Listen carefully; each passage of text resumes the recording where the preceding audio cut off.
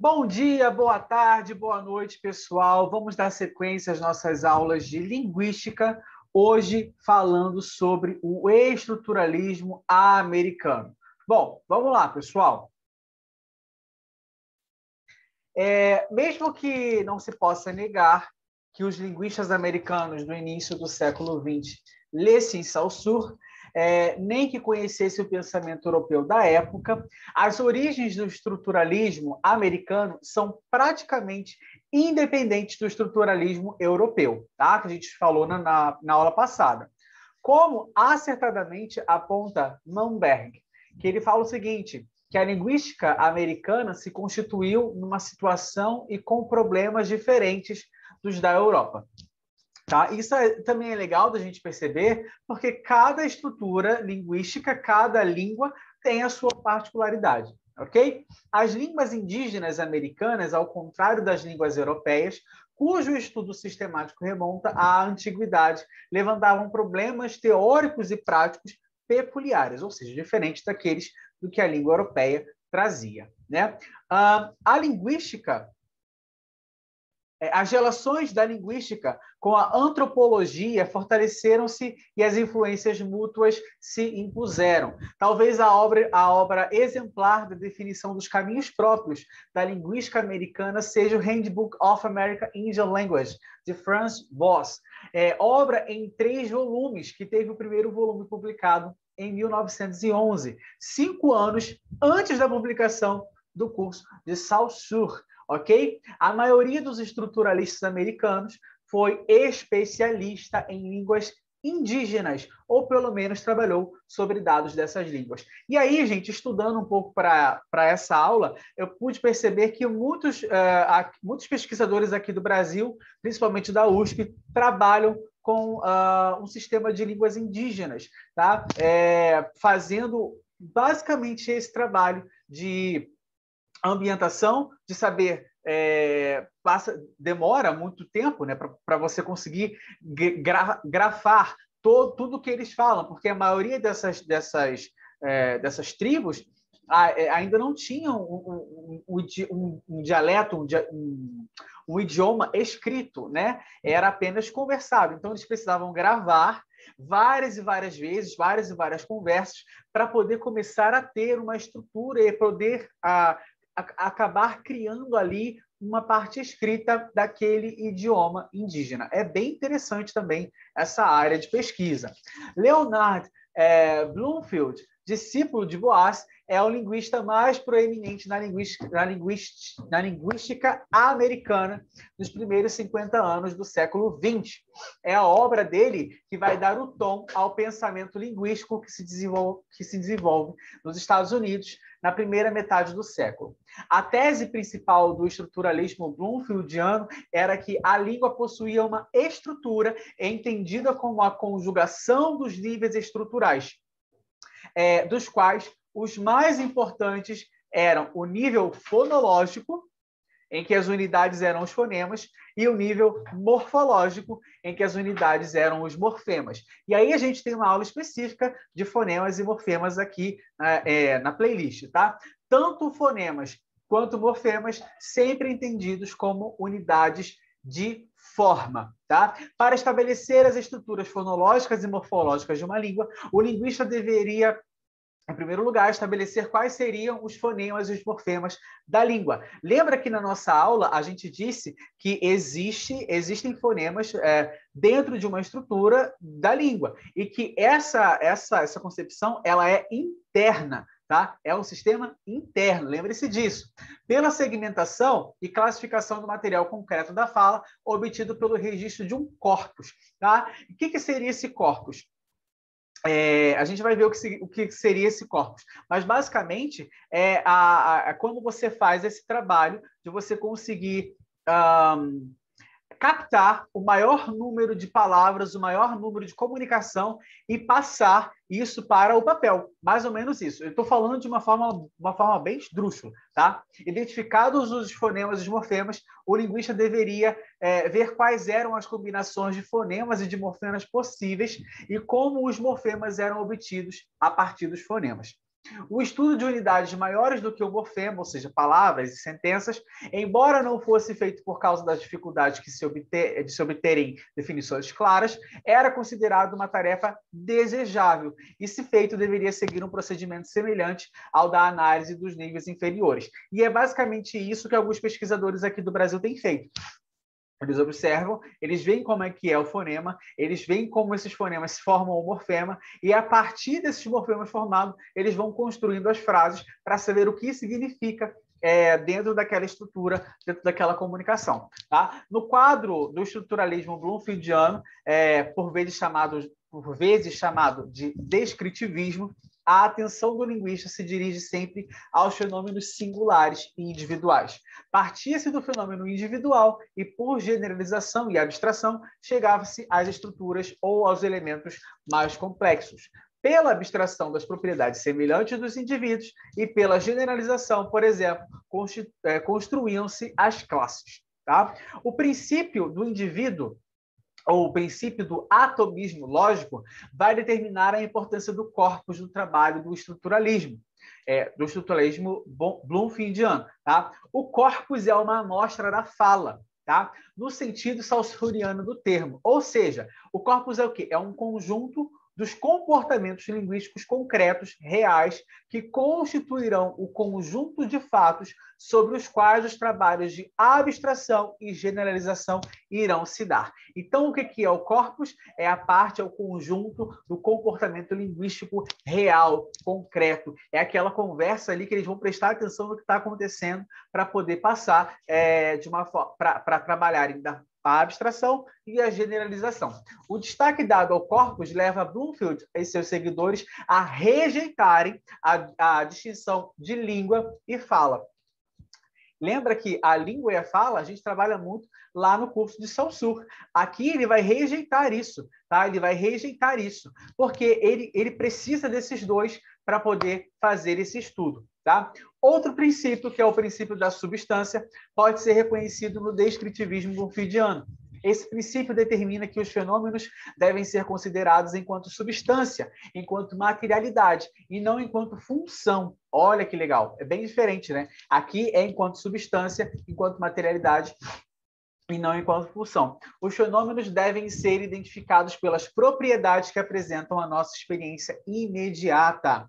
Na realidade, é o compromisso com esses dois princípios, o do indivíduo e o da substância, que caracteriza o paradigma positivista da racionalidade, assumido pela linguística bloomfieldiana. Tá? O princípio da distribuição é frequentemente tomado como o princípio que opõe o estruturalismo bloomfieldiano e outras formas de estruturalismo e caracteriza esse estruturalismo propriamente. O princípio da distribuição pretende que o estudo das relações distribucionais dos elementos que compõem a língua seja suficiente para o estabelecimento das regularidades que expõem a estrutura. Nas palavras do autor Zellin Harris, a linguística descritiva, no sentido em que o termo passou a ser usado, é uma área de investigação particular que se ocupa não com a totalidade das atividades da fala, mas com as regularidades de certos aspectos da fala. Tá? Então, a gente aqui, de acordo com esse autor, a gente não vai prestar atenção na totalidade da atividade. A gente não presta atenção em tudo que está acontecendo na fala, mas sim na regularidade de certos aspectos. Ou seja, quando aquilo ali se repete, quando aquilo ali se torna regular, ok? Em alguns aspectos que são regulares, que sempre acontecem. É isso que vai chamar a atenção da linguística descritiva, ok? Não é difícil perceber que a exclusividade atribuída à distribuição como elemento caracterizador da estrutura linguística vai tomar a noção de sistema uma mera combinatória sem poder explicativo. A linguística desenvolvida no estruturalismo americano de corte bloomfieldiano será descritiva e não passará de uma grande grade classificatória dos fatos linguísticos, resultando em não mais do que uma taxonomia dos fatos linguísticos. Bom, algumas das características gerais desse movimento são a urgência e a praticidade. Então, percebam aqui que a gente tem duas características que são importantes. A pressa e a facilidade, a urgência e a praticidade. Essa atitude rendeu à linguística desse período um número grande de descrições de línguas indígenas. Com isso, tais linguistas acreditavam que chegariam a descrições satisfatórias das diferentes e múltiplas línguas naturais e evitariam generalizações em função do desconhecimento da estrutura das línguas exóticas. Eles chamavam também as línguas indígenas de línguas exóticas.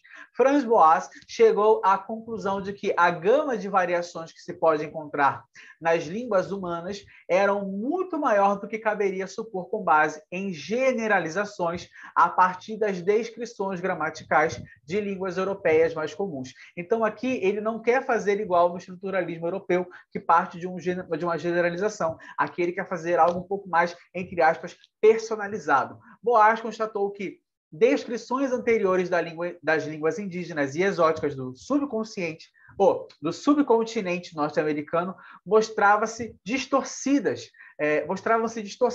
pelo fato de os linguistas deixarem de ter em conta a diversidade potencial da língua e pela tentativa de impor categorias gramaticais tradicionais à descrição da língua para que elas eram inteiramente inadequadas. Assinalou ainda que nenhuma dessas categorias tradicionais estava necessariamente presente em todas as línguas. Então, o que Boas presta atenção e fala? É que os linguistas eles estavam querendo adequar, vamos colocar assim, a língua que eles estavam estudando, a língua indígena ou a língua exótica, como eles colocam, trazendo para as particularidades da sua língua materna, trazendo ali tentando colocar a categorias gramaticais da sua língua materna, e não que não existiam naquela língua.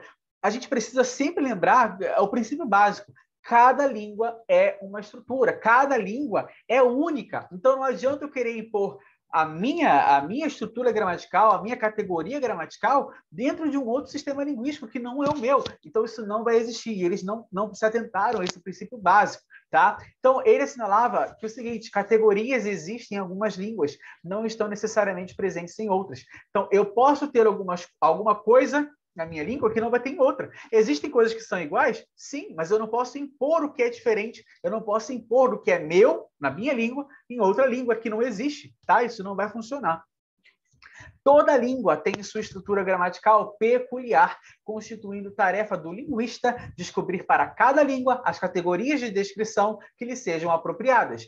Essa concepção pode ser denominada estruturalista. O estruturalismo americano tem seu início a partir da observação das línguas indígenas e da constatação de que há diferenças intrínsecas às línguas, que cabe, então, ao linguista descrever. Lembra?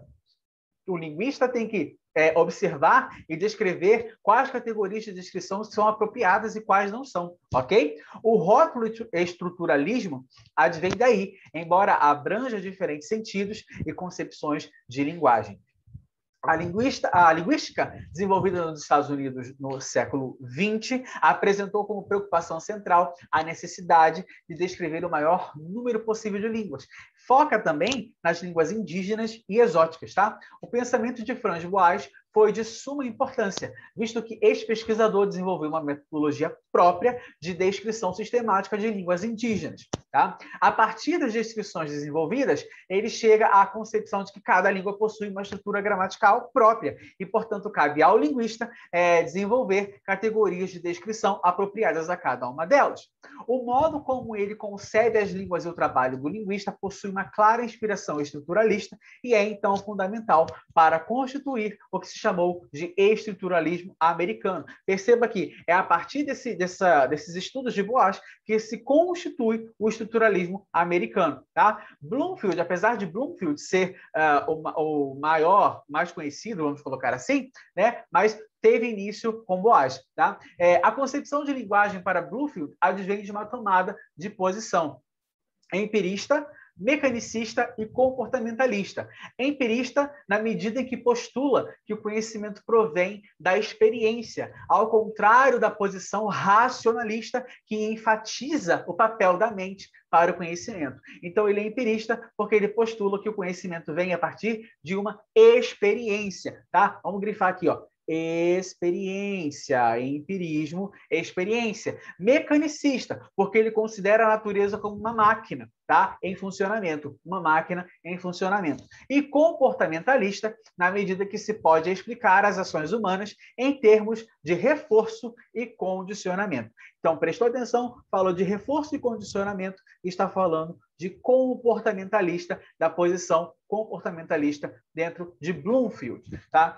No momento em que a obra de Saussure começa a ser conhecida na Europa, o americano Leonard Bloomfield, especialista nas línguas indo-europeias, propõe de maneira independente uma teoria da linguagem que, desenvolvida e sistematizada pelos seus alunos com o nome de distribucionalismo, dominou a linguística americana até 1950.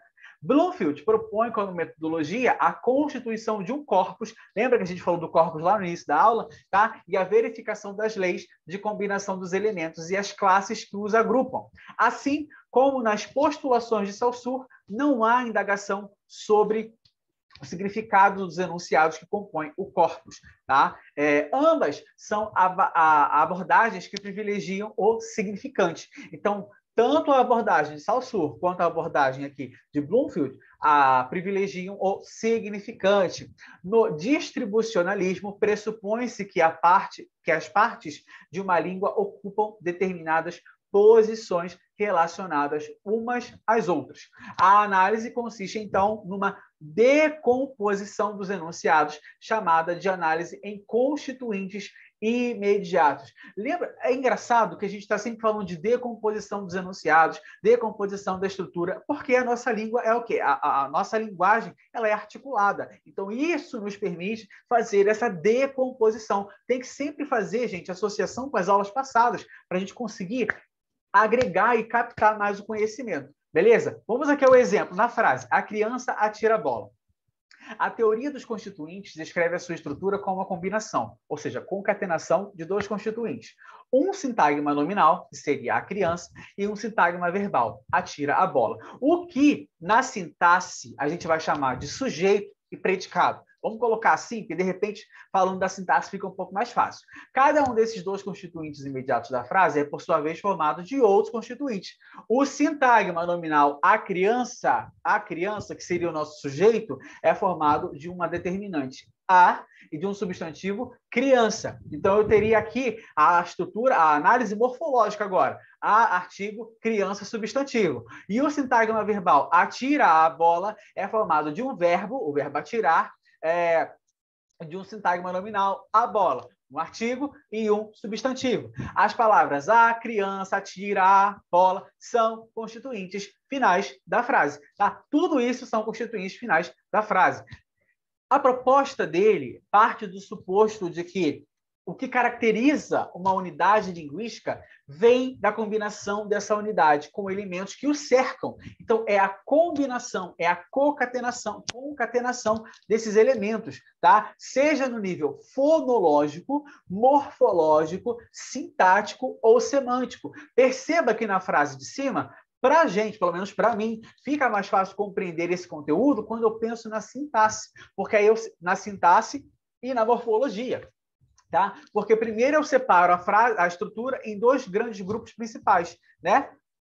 Sujeito e predicado. Dentro do sujeito, depois dessa estrutura, eu vou fazer a análise morfológica. O que é um artigo, o que é um substantivo, o que é um adjunto adnominal, o que é um complemento, tá? Então, por isso, é isso que se entende por distribuição, tá? A noção de distribuição postula que as unidades linguísticas aparecem em contextos específicos, tá? E desta forma, as partes dependem do todo. Isso é óbvio. Quando a gente estuda, por exemplo, de novo, na sintaxe ou na regência, a gente sabe que um verbo, por exemplo, quando ele tem uma regência que precisa de uma preposição, aquela preposição ela vai depender daquele verbo ali para existir. E aquele verbo vai necessitar da preposição. Então, as partes dependem de um todo, ok? Numa frase, as palavras não são postas aleatoriamente, tá? Não tem uma aleatoriedade, tem uma sequência, tem uma ordem ali para colocar. Apesar, mesmo que a gente consiga modificar a posição, existe uma ordem para ser colocada, tá? Possui uma distribuição característica. Quando dois elementos podem aparecer no mesmo ponto da cadeia, dizemos que eles estão em distribuição equivalente.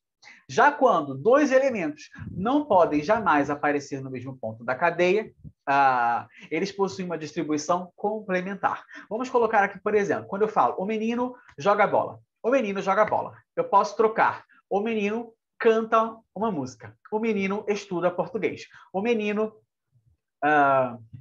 grava um vídeo. Percebam, a estrutura o menino se manteve. Então, aqui eu tenho elementos que estão no mesmo ponto da cadeia, enquanto os outros eu vou alternando. Agora, eu não posso, por exemplo, começar uma frase com um pronome se, né? Pronome é um pronome oblíquo. Me chamam, tá? Teoricamente, eu não posso fazer isso na gramática normativa. Então, ali vai ser uma distribuição complementar. Chamo-me, porque ele não pode vir na frente do verbo, a menos que seja uma próclise, né? Uma incidência de próclise, mas aí é outra história. Beleza? Só para a gente poder entender um pouco aqui. Não vamos entrar nessa onda aqui agora, não.